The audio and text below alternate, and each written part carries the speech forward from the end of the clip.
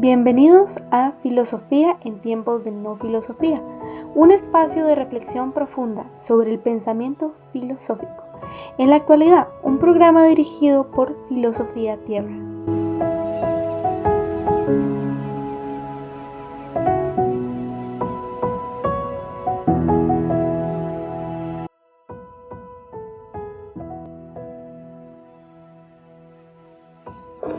Cuando ya tu amor, Señor, venía en mi ayuda, tu misericordia, oh Jehová, me sustentaba.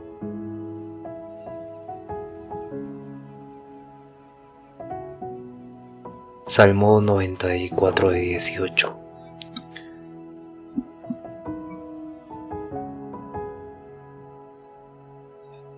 Bienvenidos al episodio 307, día 30 de Filosofía del Lenguaje. Mi nombre es Marco Antonio y hoy nos toca Herbert Paul Grins y la teoría de la racionalidad conversacional.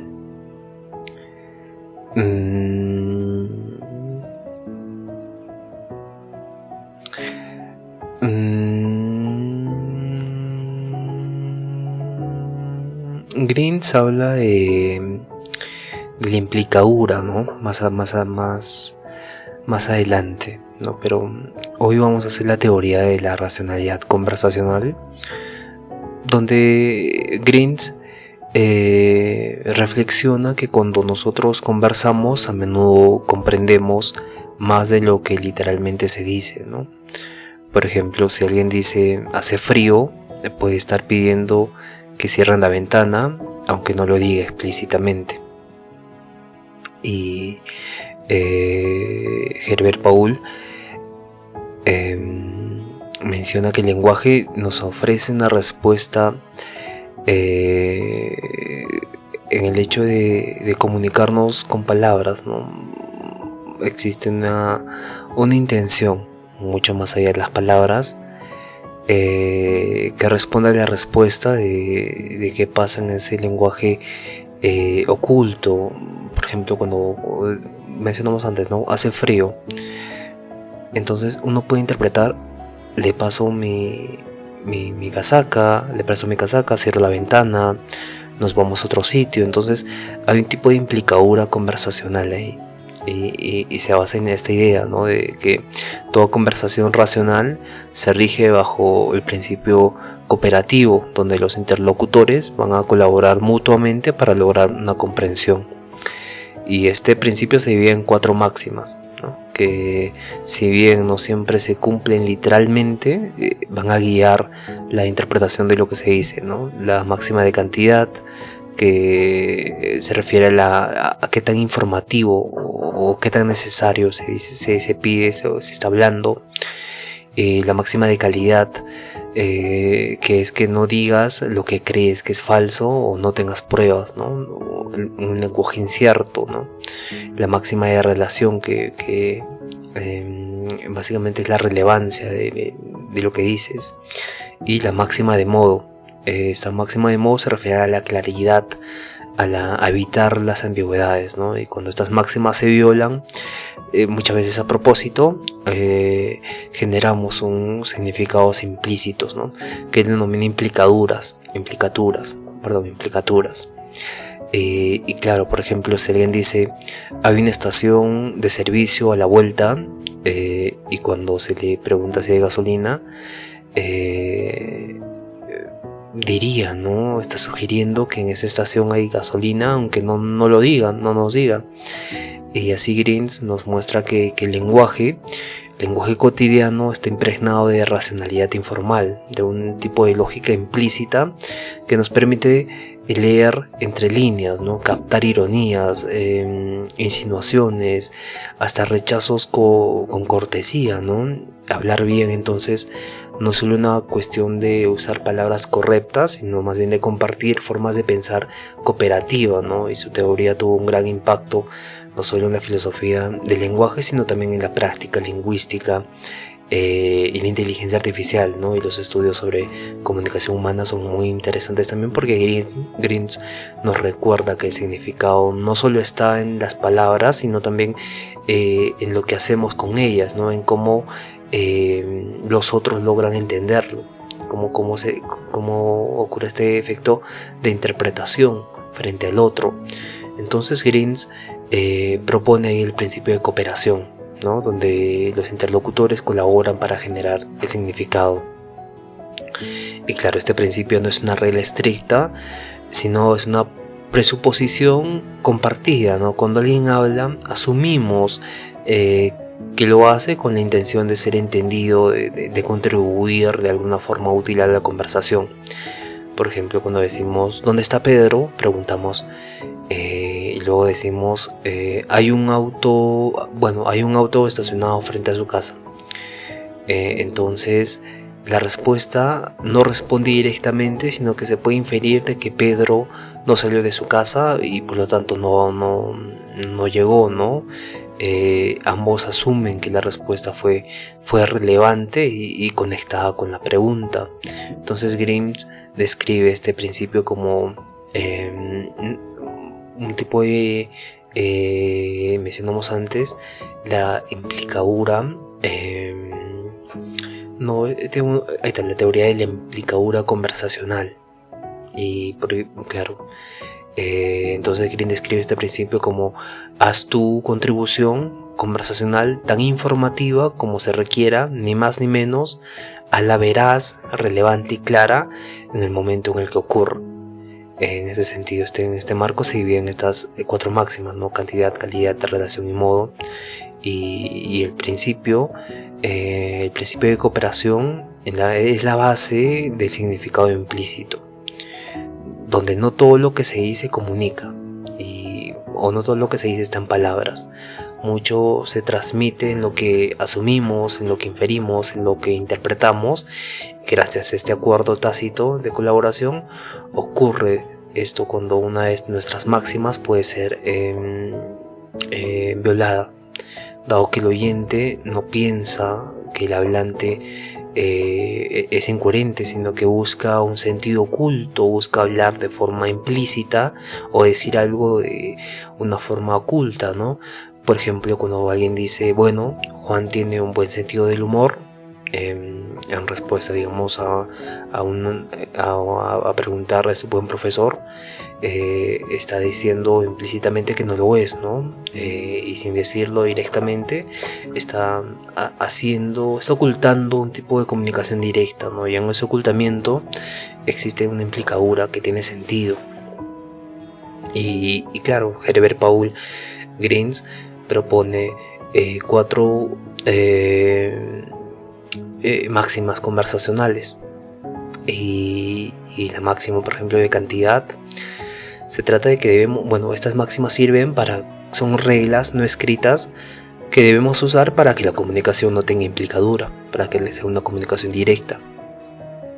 Y en este sentido, la máxima de cantidad es dar tanta información como sea necesario, ¿no? Pero no más de la necesaria, dar lo adecuado, ¿no? Nosotros esperamos que el interlocutor nos dé lo justo y relevante a la pregunta que le estamos haciendo. Por ejemplo, esto se rompe cuando preguntan ¿por cuántos hijos tienes? Entonces podemos responder: uno es pianista, ¿no? Entonces, ¿cuántos tiene en total? Solo uno, ¿no? La ambigüedad genera esta interpretación alternativa, ¿no? O tiene más hijos o más de uno. Entonces se rompe esa máxima, ¿no? Porque no se habla con claridad, no se responde con claridad, no se responde de forma justa, ¿no? ¿Cuántos hijos tienes? Sería correcto si responderíamos 3, 2, pero se rompe cuando hacemos esta ambigüedad, ¿no? Que genera interpretaciones alternativas, ¿no? Es decir, uno es pianista, por ejemplo. Y la máxima de calidad es decir, solo lo que crees que es verdadero, y no decir lo que crees que es falso, ni aquello de lo que no tienes pruebas, ¿no? Entonces, esta máxima de calidad es una prueba de sinceridad, ¿no? Se espera que seamos sinceros. Y un ejemplo de esto es cuando alguien dice, ¿no? Sarcásticamente, qué buena idea. Y claro, qué buena idea puede ser un sarcasmo, ¿no? Dicho después de una mala intención, ¿no? La implicadura irónica solo funciona si ambas reconocen la violación de esta máxima. Claro, porque qué buena idea puede significar muchas cosas. Puede significar que es una buena idea o puede significar que es una pésima idea, ¿no? Y claro, no se cumple con la máxima de la sinceridad cuando se tiene esta mala decisión al aplicar este término, tal vez con ese tono, con un tono negativo. Y también la máxima de relación, ¿no? Ser pertinente, por ejemplo. Y claro, cuando cada intervención debe tener una relación con el tema, ¿no? Cada vez que interrumpimos una conversación o estamos inmersos en una conversación, tenemos que ser pertinentes y no violar esa máxima de relación, ¿no? Por ejemplo, cuando alguien pregunta ¿cómo te fue en el examen? Y tú respondes fue un día hermoso. Aquí se sugiere que existe una ruptura, directamente sobre el oyente, ¿no? Probablemente el oyente le fue mal en el día y en el examen, y por eso evade la pregunta. Entonces hay muchas interpretaciones que podemos hacer de una respuesta que rompe la máxima de relación, ¿no? Que no tiene sentido con lo que se está preguntando, ¿no? No estamos siendo pertinentes. Y también la máxima de modo, que la máxima de modo es que seamos claros, evitar la oscuridad, evitar la ambigüedad, evitar el desorden, la fragilidad innecesaria, ¿no? Se espera que el hablante sea comprensible, y esto se viola cuando en lugar de decir murió, alguien dice dejó de estar animado físicamente. Entonces la complejitud innecesaria que hablamos antes puede ser una pista para una implicadura, ¿no? Una intención encubierta de decir que falleció. En este sentido no se rompe la conversación, sino que el oyente busca una interpretación alternativa, y en ese buscamiento de interpretación alternativa ocurre estas implicaturas conversacionales, ¿no? Donde los significados que no están explícitos sugieren y claro, surgen gracias a esta cooperación racional de entender las expectativas que estamos teniendo en una conversación. Y estas máximas son la base de cómo entendemos lo no dicho, lo que se dice en doble sentido, la ironía, los chistes, hasta la manipulación lingüística en política, en publicidad. Entonces esto es muy importante, entender cuándo se rompen estas máximas y evidentemente darnos cuenta de esto, ¿no? Porque cuando conversamos no todo lo que entendemos está dicho literalmente. De hecho, gran parte del sentido lo inferimos a través de lo que Greens llamaría las implicaduras conversacionales, ¿no? Las implicaduras, dije antes, creo, pero es implicaturas. Estas implicaturas son esos significados no explícitos, ¿no? Que deducimos porque confiamos en el que otro siga ciertas reglas máximas. Entonces las máximas conversacionales, cuando alguien la viola, no necesariamente nos confunde, más bien leemos entre líneas lo que quiere decir, ¿no? Y claro, esta implicadura funciona de tal modo que en una conversación, por ejemplo, alguien pregunta, ¿vendrá la hora de la fiesta? Y alguien responde, el receptor responde, tiene un examen temprano mañana. Entonces la persona que ha respondido no responde directamente, pero la persona que ha preguntado infiere que probablemente la hora no irá porque tiene examen mañana. Y aunque no lo informó directamente, tu mente completa el sentido faltante. Esa es la propuesta. Ese es el corazón de Greens, que nuestro cerebro completa el sentido faltante, y porque si tiene examen mañana no podrá trasnochar y así probablemente no vendrá a la fiesta, ¿no? Y esta implicadura es algo que no se dice pero se entiende basado en el principio de cooperación. Y claro, hay tipos de implicadura conversacionales, hay dos tipos. El primer tipo es generalizada y el segundo tipo es particularizada. En el primer tipo de implicadura generalizada se activa automáticamente en muchos contextos. Por ejemplo, algunos estudiantes aprobaron y se infiere que no todos aprobaron, porque si hubieran sido todos, el hablante habría dicho una máxima cantidad, ¿no? Aprobaron todos. O hubiese dicho de forma implícita, no hubo jalados, no, y en ese sentido hay una implicadura generalizada, ¿no? Y la implicadura particularizada ocurre o surge solo en contextos específicos. Por ejemplo, cuando alguien pregunta ¿quieres postre?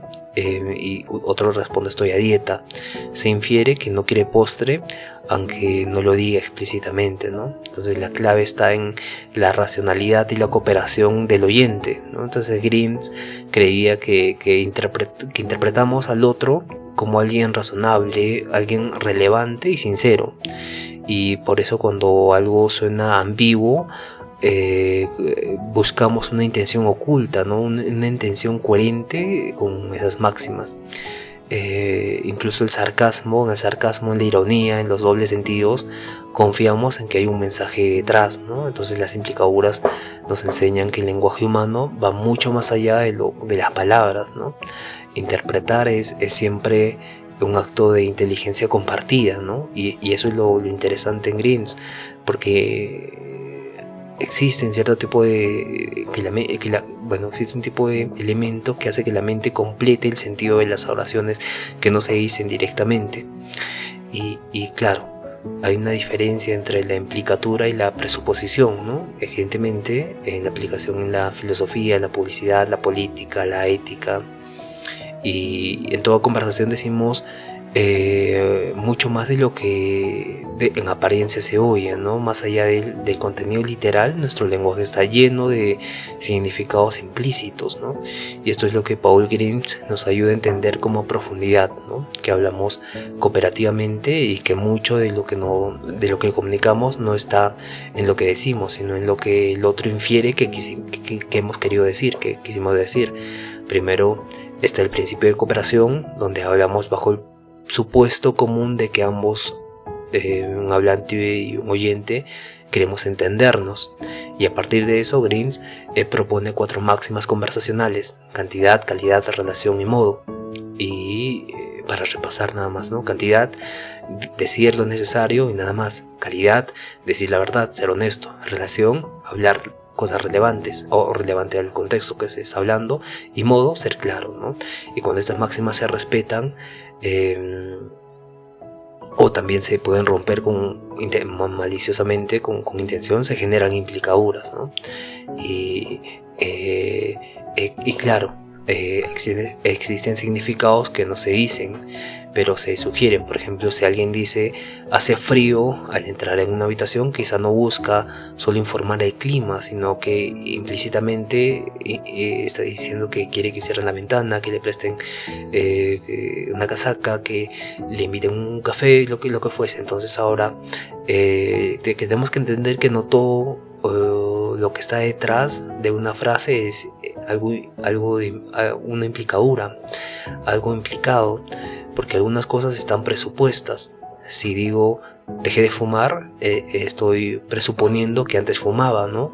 Y a diferencia de las implicaduras, estas no se pueden cancelar fácilmente. Si digo dejé de fumar aunque nunca fumé, caigo en una contradicción, ¿no?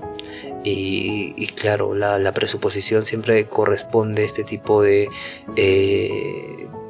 no cancelación de un hecho. Y este delicado juego entre lo dicho, entre lo implicado, entre lo presupuesto, se vuelve crucial en la filosofía, en la política, en la ética, y también en la escena publicitaria de los medios de comunicación. En la filosofía de la mente y el lenguaje, las implicaduras muestran cómo nosotros atribuimos intenciones a los demás, ¿no? Y cómo usamos el lenguaje como una herramienta para navegar la conciencia y la racionalidad. En la publicidad se usa para la presuposición, para hacer afirmaciones sin parecer agresivos, ¿no? Cuando hacemos pregunta, ¿todavía usas jabón común? implica que tú usas un jabón que no deberías, o se juega con implicaduras sutiles cuando se dice los que saben eligen esta marca. Entonces está sugiriendo que tú no sabes, entonces tienes que saber y usar esa marca. Entonces la publicidad está llena de estas implicaduras, ¿no? Y en la política también no se libra, porque en la política este uso del lenguaje puede ser aún más estratégico, ¿no? Decir, por ejemplo, no estoy diciendo que el ministro miente, pero ahí ya encontramos la frase implícita de una acusación, ¿no? Sin decirla directamente. Así se evita la responsabilidad directa, pero se instala una sospecha. Y claro, en la política hay mucho de esto, ¿no? Y en la ética también, en la parte de lo ético, esto plantea una pregunta central. ¿Decir algo sin decirlo directamente nos libera de la responsabilidad moral? ¿O podemos escucharnos en ambigüedad para manipular sin ser detectados? Entonces hay cierto tipo de malicia también cuando hacemos implicaduras, ¿no? Que éticamente no está correcto. Entonces Grimes nos muestra que la conversación humana es mucho más que el intercambio de palabras. Es un juego racional, es un juego de contextos y profundamente humano, ¿no? Donde el silencio, la ambigüedad, lo implicado hablan tanto como las palabras mismas. Y claro, revoluciona toda la filosofía del lenguaje, pero recordemos, mucho más antes, Grimes no es tan contemporáneo, ¿no? Como por ejemplo lo va a hacer Ian Hawkins. Sin embargo, hace algo muy interesante. Muestra que la comunicación va más allá de lo literal, ¿no? Y claro, propone que las conversaciones se rigen bajo principios de cooperación, y según el cual los hablantes colaboran para entenderse mutuamente. Y claro, esta implicadura es muy interesante, y estas ideas se aplican para entender la intención y la conciencia, por ejemplo. Y en la política, en la publicidad y en la ética también plantean dilemas sobre la responsabilidad en lo que vamos a decir de forma sesgada, ¿no? En esta responsabilidad de hablar con implicadura o hablar de forma directa, ¿no? Que vamos a decir sin decir cosas, ¿no? Sin decir, más que todo en política se usa esto, ¿no? Pero en la vida cotidiana también. A veces nosotros evitamos decir cosas que le sentimos en el corazón y decimos otras, pero eso éticamente estamos no siendo responsables de la implicadura, de esta ruptura que está teniendo el lenguaje. Y claro, Grimes nos enseña que comunicarse es un acto racional, es un acto social, lleno de sutilezas que revelan tanto como lo explícito se nos dice, ¿no? Lo que explícito no se nos dice, nuestra mente ya sabe que lo que está diciendo. Y claro, esa maravilla que ocurre en el cerebro de completar el sentido de las palabras es algo que se debe estudiar, ¿no? Y que evidentemente Grimes pone en la mesa. Bueno, miren, he descubierto esto y hay que estudiar esto, ¿no? Hay una implicadura en el cerebro que nos permite entender las cosas, darle sentido, completar el sentido al lenguaje, ¿no? Y claro, eso es algo muy interesante. Bien, entonces acabamos con la filosofía del lenguaje, todo el mes de la filosofía del lenguaje, que ha sido muy interesante. Y gracias por escuchar. Nos vemos el día de mañana. Iniciamos con estética y filosofía del arte. Gracias por escuchar. Conózcanse a sí mismos y por favor sean felices. Hasta el día de mañana. Cuídense.